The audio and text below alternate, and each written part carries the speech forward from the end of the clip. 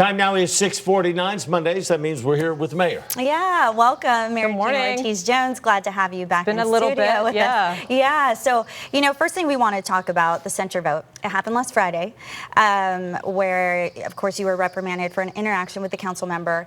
I know you have to take 3 months off of governance committee for leadership training. That was something you said you didn't want to do, but, of course, that is something that's required. Where do we go from here, I guess, after all of that I think is we said move and forward. done? And as I shared with the council members, look, I learned a long time ago as a public servant that no one is above additional training. I have had lots of training in my life, lots of leadership training from my time as an intelligence officer in the Air Force to my time serving as the Undersecretary of the Air Force, the #2 over the Air Force and Space Force. So I've had lots of leadership training.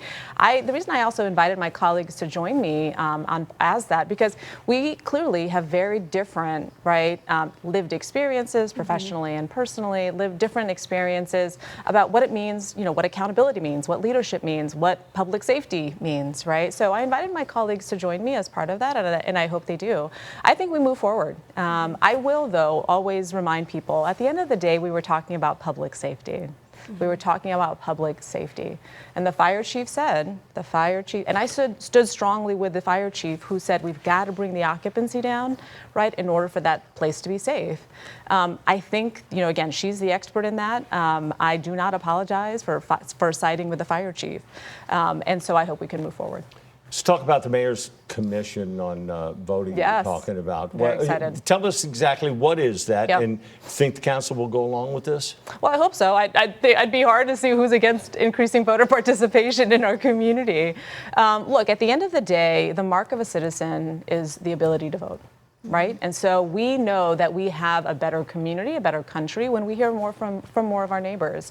As you all know, San Antonio, Bexar County has one of the lowest turnouts of voter engagement, either at the municipal level or even at the state and federal level. And so if we want better outcomes, I think we have to increase voter engagement. So I look forward to doing that. And I surely hope my colleagues would surely see the benefit in that as well. Well, as long as it gets more people to the polls. Yeah. That's right. So you're hoping that kicks off in April. Do you have any idea when that vote will happen, when you're going to bring it forward to the council? I think TBD, but again, the intent is to make sure that we are focused on making it easier for people to vote, voter engagement.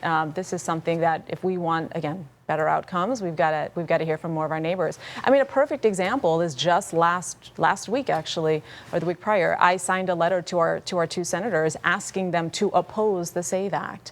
The SAVE Act would have required folks to register to vote. You need your birth certificate or a passport.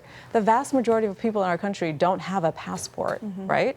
On top of the fact that if you had your birth certificate, whose name is going to be different on that? Married women. Yep. Right? So then there's a whole process that a married woman now has to go through because her birth certificate doesn't match the name that she now uses. And so again, it's these little things, again, that make it harder for folks to vote and harder to participate in our democracy, which is why I thought it was important that we at the local level, though 7th largest city in the country, do everything we can do. I mean, later to help our neighbors vote, later this summer, we will celebrate our country's 250th birthday. I think there's no better way to celebrate our birthday than to make sure that we are encouraging, helping people vote to ensure we achieve a more perfect union. Hey, and some exciting things happening.